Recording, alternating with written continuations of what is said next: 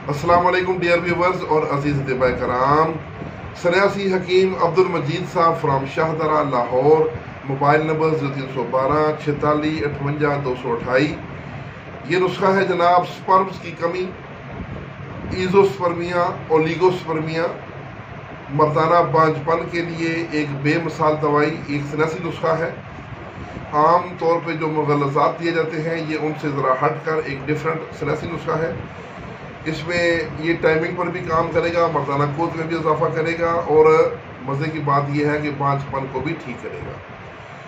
तो तुख्म दतूरा, स्याह, काली मिर्च, असगंध नगोरी, सतावर, मूसली सफ़ेद इंडिया और कुचला बरियाँ दर देसी घी, यानी रोगने जर्द देसी घी में कुचला जो है उसको बरियाँ करके उसको कूट लें तो उसका पाउडर।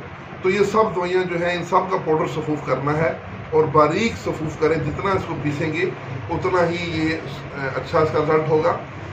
तो सब अद्विया को पीस के यकजान कर लें और मिला के दोबारा इसको खूब खल करें।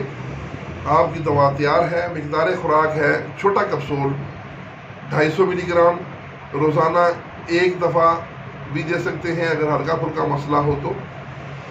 अगर ज़्यादा मसला हो, मर्ज़ शदीद हो तो सुबह शाम भी दे सकते हैं दूध के साथ। तो 1 माह कोर्स लाजमी करवाएं। उसके बाद अगर ज़रूरत महसूस करें तो मज़ीद 15 दिन या 20 दिन का भी कोर्स करवा सकते हैं।